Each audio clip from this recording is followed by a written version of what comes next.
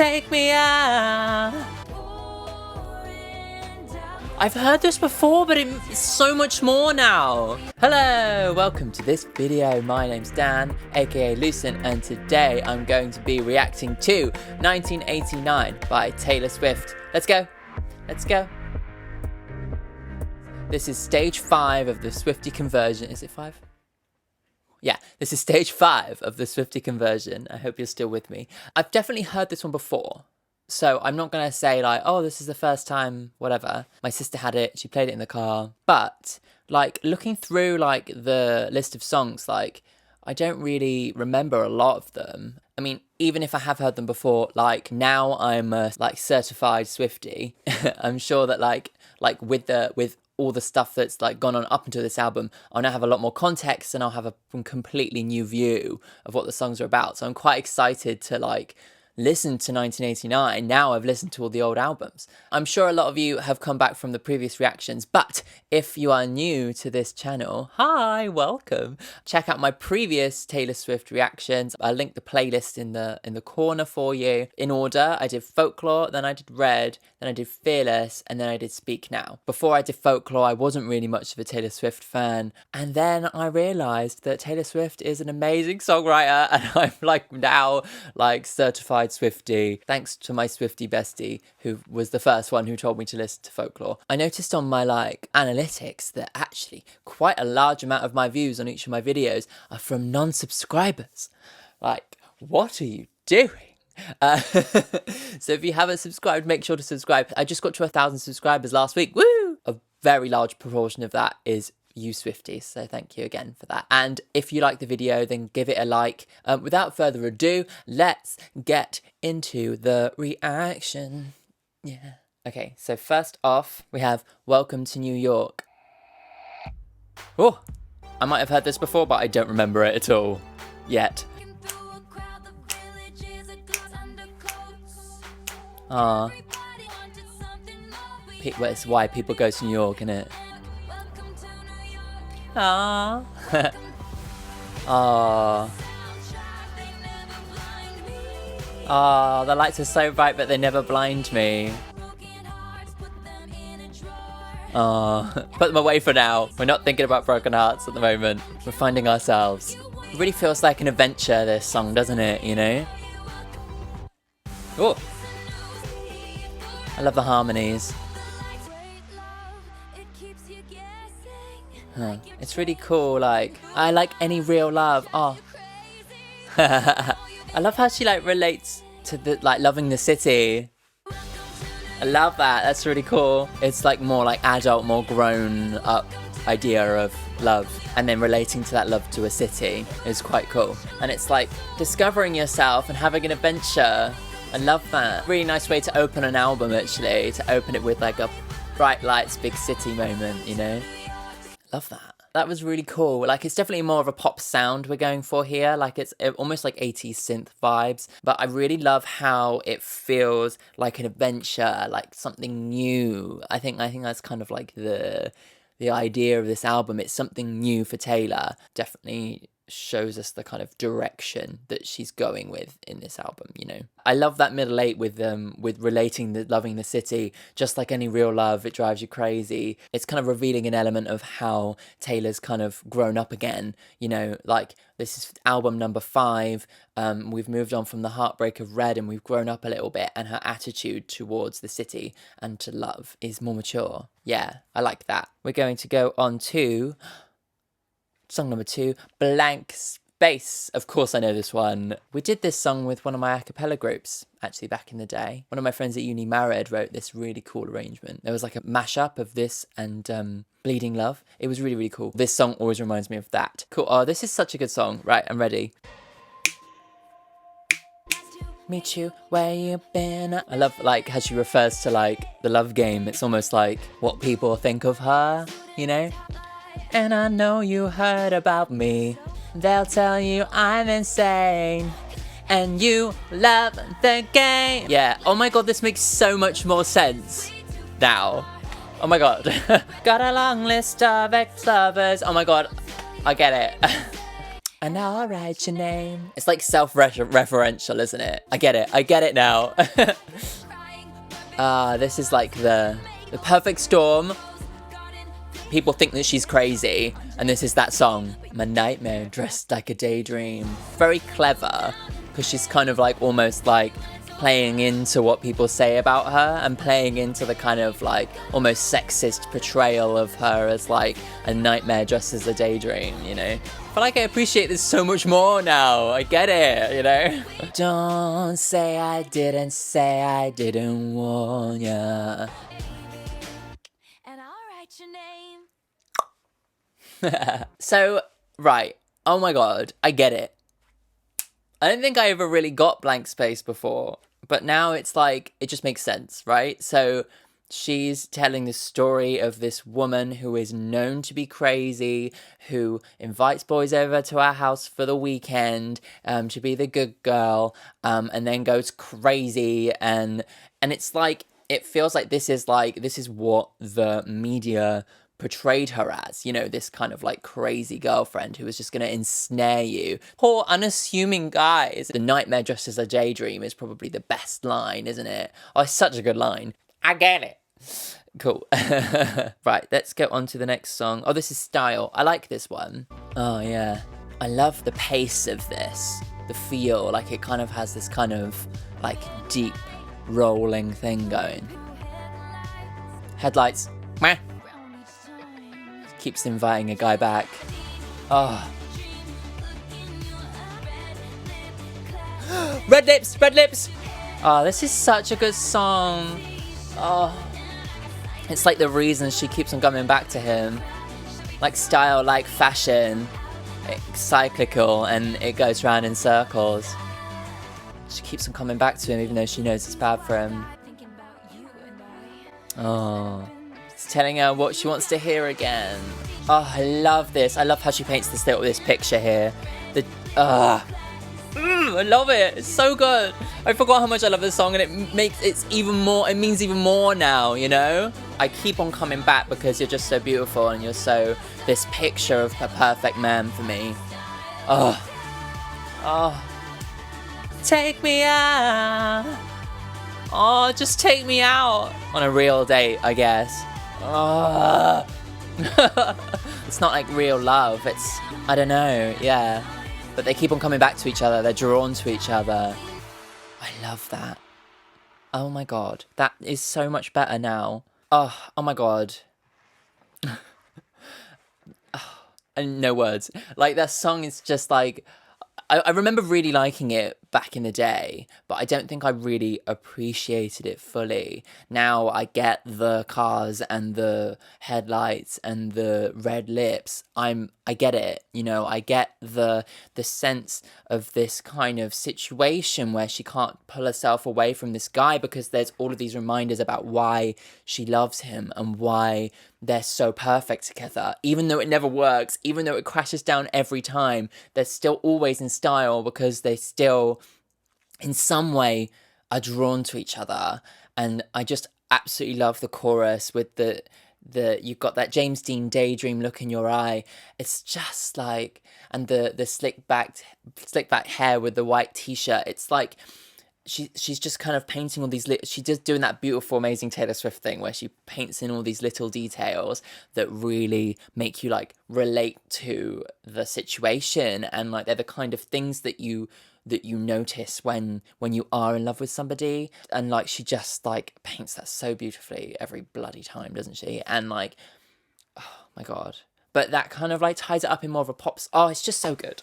just that song will never go out of style in my heart. Okay, I'm adding that to my absolute faves. Oh, it's going in the absolute faves, people. So let's go on to the next song. I need to stop gushing, otherwise I'm going to be here for hours. This is Out of the Woods. Oh, I've heard this one as well. This was one of the singles. I remember like the music video, her like crawling out of the dirt and stuff.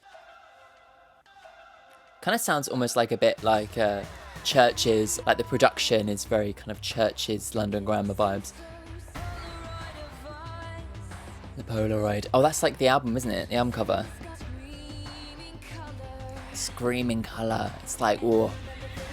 Are we out of the woods yet? Are we out of the woods yet? Are we out of the woods? I guess that like there's some sense of like in this relationship that she's in, there's some turbulence, and she's kind of saying, you know, like, are we gonna get through to like the love, you know? Let's get past this. Are we gonna get past this?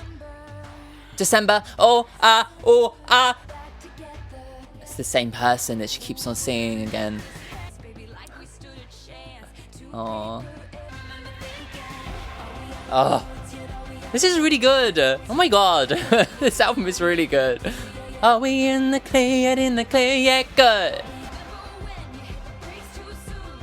Oh.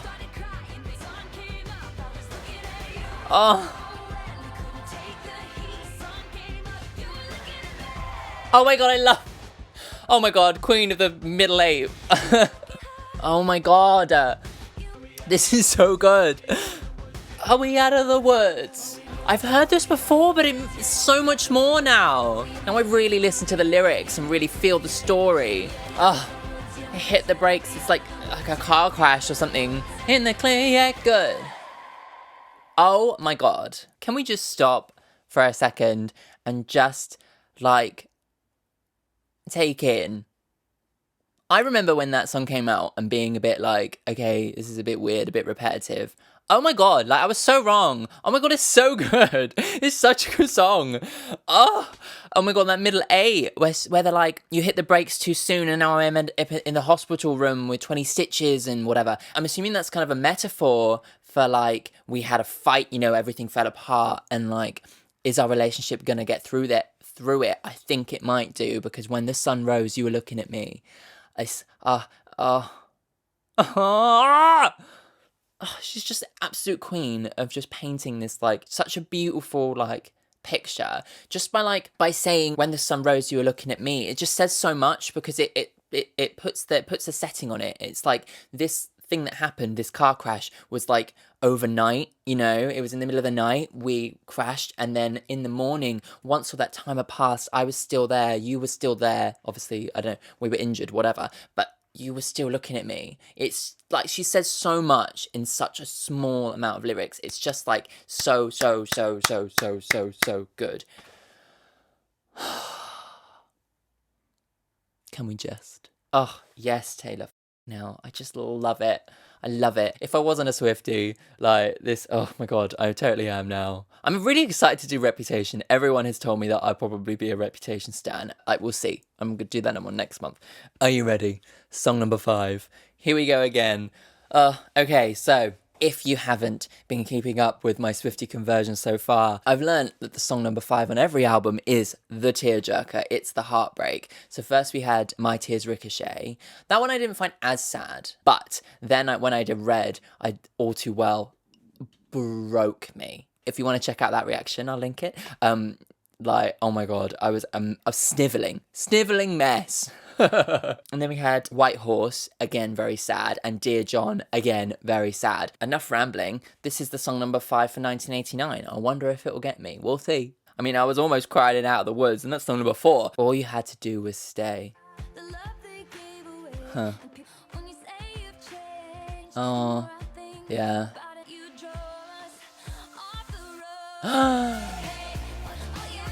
All you had to do was stay. Oh my god, this like imagery of the car crash, it's going through. Continuing.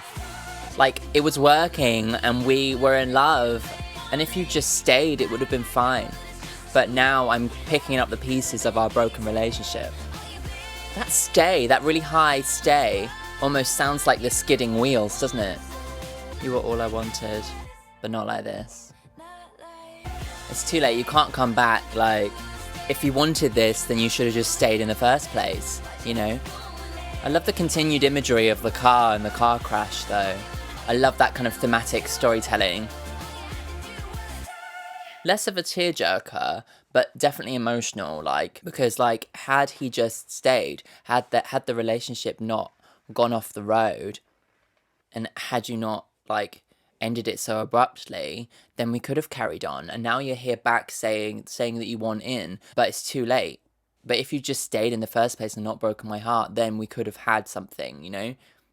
Let me know in the comments, like, who these songs are about, or what the rumors are, of course. Because it's interesting, because, like, after, I don't know whether it would be about Jake Gyllenhaal again, because we know that, like, that was, like, a true big heartbreak for her. I don't know whether he came back. You'll have to let me know what's the goss. Let me know the goss. Write it in the comments, of course. So let's go on to song number 6. This is Shake It Off, the song that everybody knows. This is probably Taylor's most successful song. Yeah, it was huge. I haven't listened to it in ages, so, like, maybe it will take on new meaning. Let's see. I stay out too late, that's what people say. So this is, like, post all these albums, what people are saying about her in the media. But who cares? Players gonna play. I shake it up, I shake it off. It's like, they don't know me. You don't know me. The thing is, I do my own thing, this is who I am, and you can, I just let's shake the haters off, because it doesn't matter.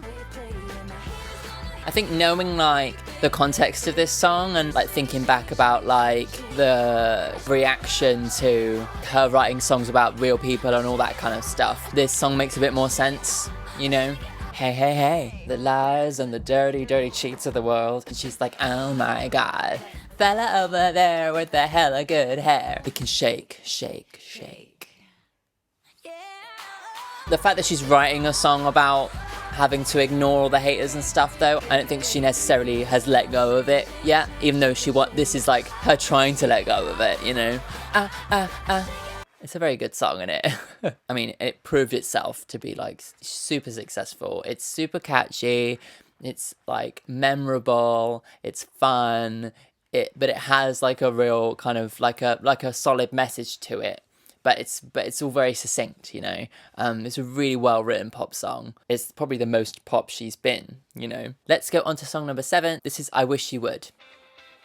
Ooh, I like that. 80s, very. In your car, again.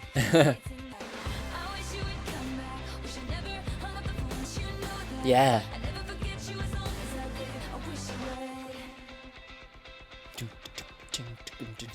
I like the vibe of this song. Yeah, she hung up the phone on him and she ended it with him. It reminds me of, like, I Almost Do, It's like driving ahead, this song, isn't it? Driving in his car, 2 a.m, lipstick in the rain. It's almost like a moment of weakness, being like, I wish you'd come back to me, Maybe he did come back.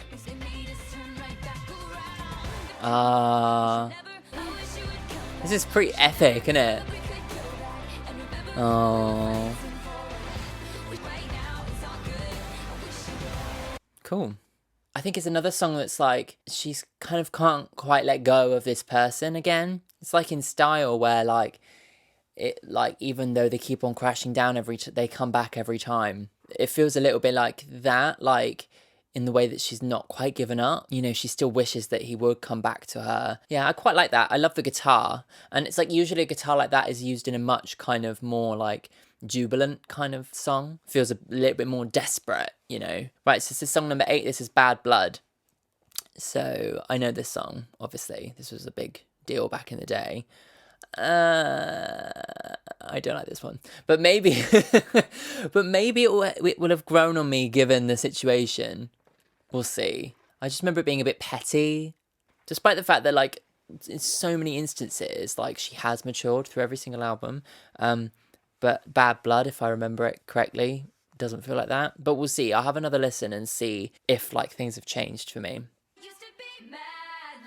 See, I hate that line. We've got Bad Blood, we used to be mad love. I don't know, it's nowhere near as good at the songwriting as she's done on previous songs. Sorry, just saying. It's another diss track, really. It's a bit like Better Than Revenge. To be fair, the verses are better than the chorus, I think. Hey, this is meant to be about Katy Perry, right? Let me know. She put her trust in someone and they abused that trust. Hey! So that is quite a good line.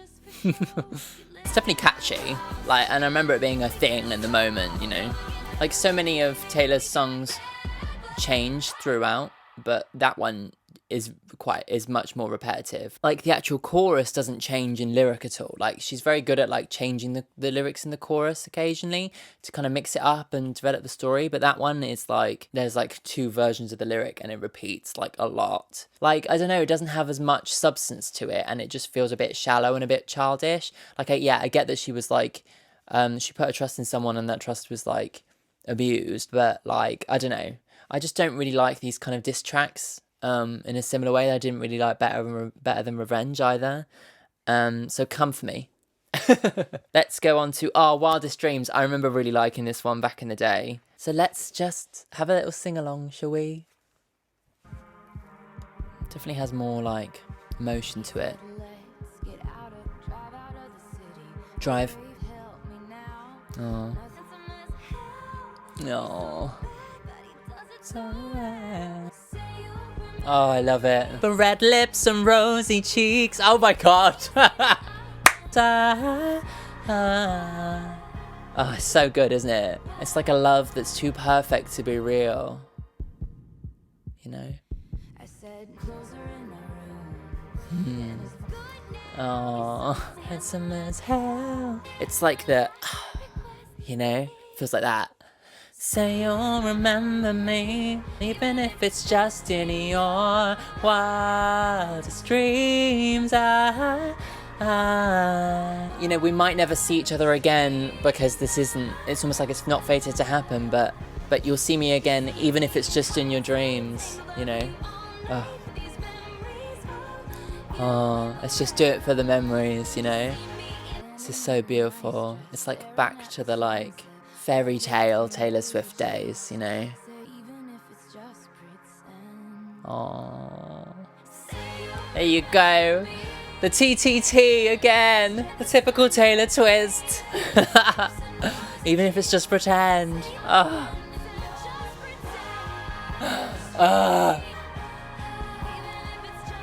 I love it. That song, man. Beautiful. Oh, what a beautiful song.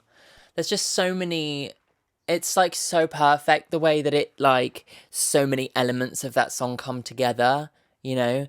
She's painting this picture of this like dreamlike too good to be true romance that was fated to never, that to only really exist in their memories. And the instrumentation and the way it kind of builds up like a breath and lets go, it's like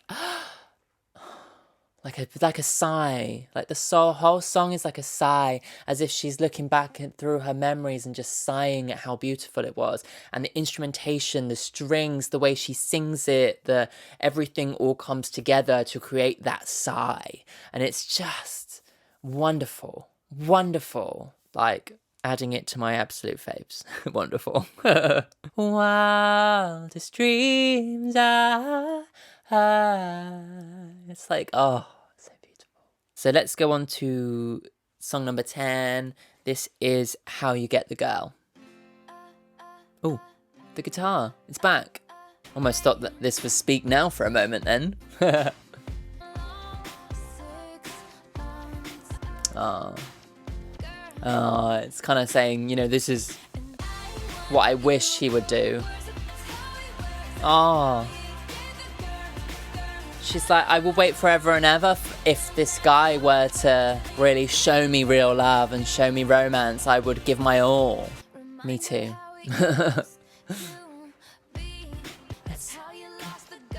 Yeah, okay. So she's telling this person, you know, like, we broke up, but you could make it work if you were to do this. So it's kind of almost like a guidebook to how to do it properly.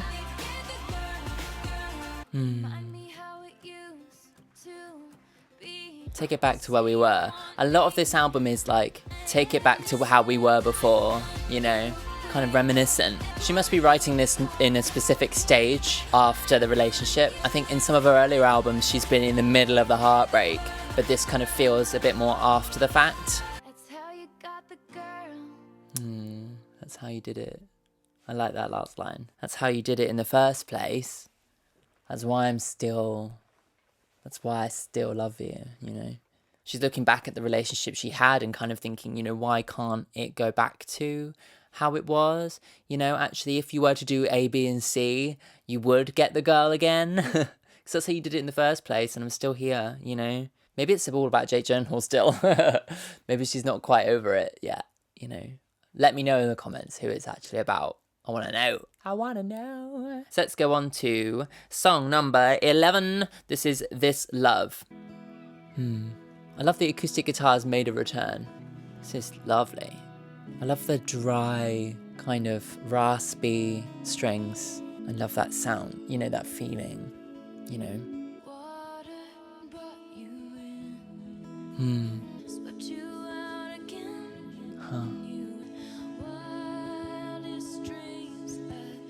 Yeah. I love how she refers to her own songs. Oh, so that guy did come back to her again. Maybe they did manage to revitalize it. Ooh, drums coming in quite late. Yeah, it's back from the dead. So she wanted to let it go and she ended it, but it came back. Ooh, I like that. Oh, beautifully written there. It's kind of the idea that, like, if you're meant to be together, then let it go. And it did, it happened. So she seems quite happy at the moment, that we know that I don't think she gets, like, she meets Joe until Lover. So, I wonder who this is about. Please let me know who it's about. That was really beautiful. That's kind of quite different from a lot of her other songs. Very, like, kind of, her voice was like submerged in the water that she was kind of talking about at the beginning of the song. And it's like mystical, and I think it's almost like a direct sequel to Wildest Dreams. She mentions it, doesn't she? So maybe in Wildest Dreams, she's like, maybe you'll see me again, but only in our wildest dreams is that going to happen. You know, it's not real. But then, to her surprise, the love came back to her in this song. The romantic story of this album is somebody who she broken up with, who she thought it was ended with, but they never go out of style, and they always come back, and it came right back around, even though they knew it was not destined to last. But maybe in their wildest dreams it would happen, but it wasn't gonna happen. Only in your wildest dreams, you know. But then it did. Let's go on to song number 12. This is I Know Places. The rumours. Going out for the first time, and she's ready for the media to swirl and take him down. That went to a different place than I thought. Yeah, I remember this one. The verses are really minor, kind of describing the media and their attention on her.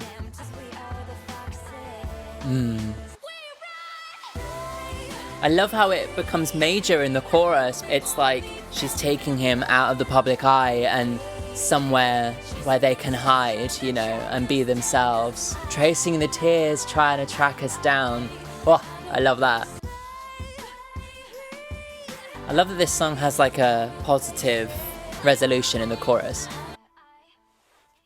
Yeah, that's a really good use of having a minor key in the verse and changing it into a major key in the chorus, because it's like the verses are describing what it's like to be outside in the public and having the media circling them like vultures, seeing like, oh, she's in this new relationship, you know, let's drag her apart, let's tear her apart. But she knows places where maybe it's talking about her house almost, you know, like, grab my hand and we'll run and we'll find a place where we can hide and we can get away. Or maybe it's the lakes, you know? Maybe this is the first mention of the lakes, where she can get away from the public eye and they can just be themselves. And I love how it changes then. Yeah, it changes when she talks about the places where they can hide and get away from that negativity. It changes from minor into major. That's really good way of illustrating like the story that she's telling. Yeah, she's an artist. Right, let's go on to the last song. This is song number 13. This is Clean. I love the production. The drive. Oh, I love love that imagery of the flowers. Wine-stained dress I can't wear anymore. Stained dress, huh? Maybe that's the dress in Dear John.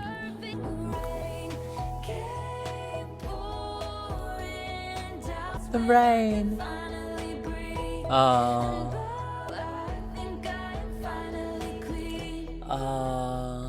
Moving on. I love that the rain has changed, you know? That's beautiful. Oh, I love it. Oh, I love that. So in this love, she describes him being the water and it taking him out, but then the water coming back in and stuff. And I think maybe that was the moment she realised that she had to let go, and the water actually cleaned her. I love that. I love that imagery. It's beautiful. Oh. Oh. She's not gonna go. She's not gonna go back to him this time. Oh.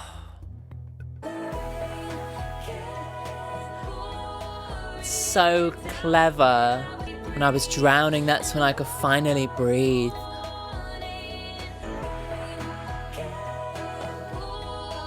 Love that. Oh.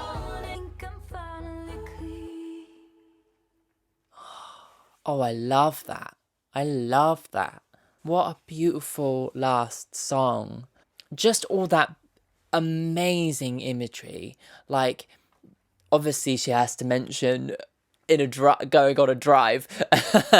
But like, and the plant that they grew together dying of thirst, representing their relationship not being, tended to and looked after and watered. But when the water did come crashing down, when the rain came in, the rain is back again. When the rain came in, it came down and it washed everything away. And even though she thought that she would be drowning, she could breathe. That was when she was finally clean of him, and it washed away all the darkness and all the sadness, and she managed to finally move past this person. And she knows now, it doesn't matter how in style you are, I'm not going to go back to you. It doesn't matter how wild my dreams are of our romance, I'm not going to go back to you. And even though sometimes it feels like this love was perfect and this was how it was supposed to be, now I can finally be rid of you and I'm finally cleaned of you. I can see that I'm never going to go back because I don't want to be dirty again. I want to be clean. Oh my God. It's just so good. It's just so good. And I don't know how I didn't appreciate this before. Like, I'm so glad that I'm finally giving Taylor Swift a chance that I feel like I always should have given her. Like, back when I originally listened to this album, I think it was just like in the car with my sister type thing. You couldn't really hear a lot of the lyrics. I remember thinking Wildest Dreams was very, very good. But like, I didn't listen to the songs properly. And that's what's just so good about going back and rediscovering these, is that I'm giving them a chance and actually listening to them properly, because the lyrics are beautiful. And when you actually follow the story throughout all the albums, all the way up to this point, when you follow the story, it just means so much more. It's just really masterful, really. Because the thing is, that Taylor knows this. That she knows that her fans have listened to her all this way, that they know the history, they know the context, they know. It's almost like these little winks and these little nods, because she knows that they know. She knows they know about the rain, the driving, the red lipstick, the dress, She knows that you know about it, and it kind of is all these little moments of her real life getting caught up in the music and you following it this whole way to get to this point. And then songs like this have so much more meaning to them because she can finally let go of everything up to this point. It just means so much more now, Oh, love it. That's so good. I have to say that, like, 1989 has really, really gone up in my estimations of, like, her albums. Like, I think it's gonna be ranking very high up there now with Folklore and Red and Speak Now and Fearless. I don't know how I'm gonna be able to choose what's my favourite. Oof. I have to do that in a video one day. I hope you enjoyed that reaction. Like, although I think I know I have listened to the album before, I hope you agree that it was still well worth a good reaction video, because like I might have listened to it, but I never really listened to it, you know. So I hope you enjoyed that reaction. Make sure to leave a like if you did, and if you haven't subscribed already, then make sure to subscribe. There'll be more Taylor Swift content, as well as reactions to all your kind of latest big pop stars. Sam Smith, Lady Gaga's like one of my absolute faves. I also have a vlog where I follow my own musical process as a singer-songwriter into the studio. I talk about my songwriting practices and things like that. So check out that. Yeah. And if you want to subscribe, then please do. And please click the bell for notifications, of course. Lovely. Thank you. Cheers. Bye. Wildest dreams I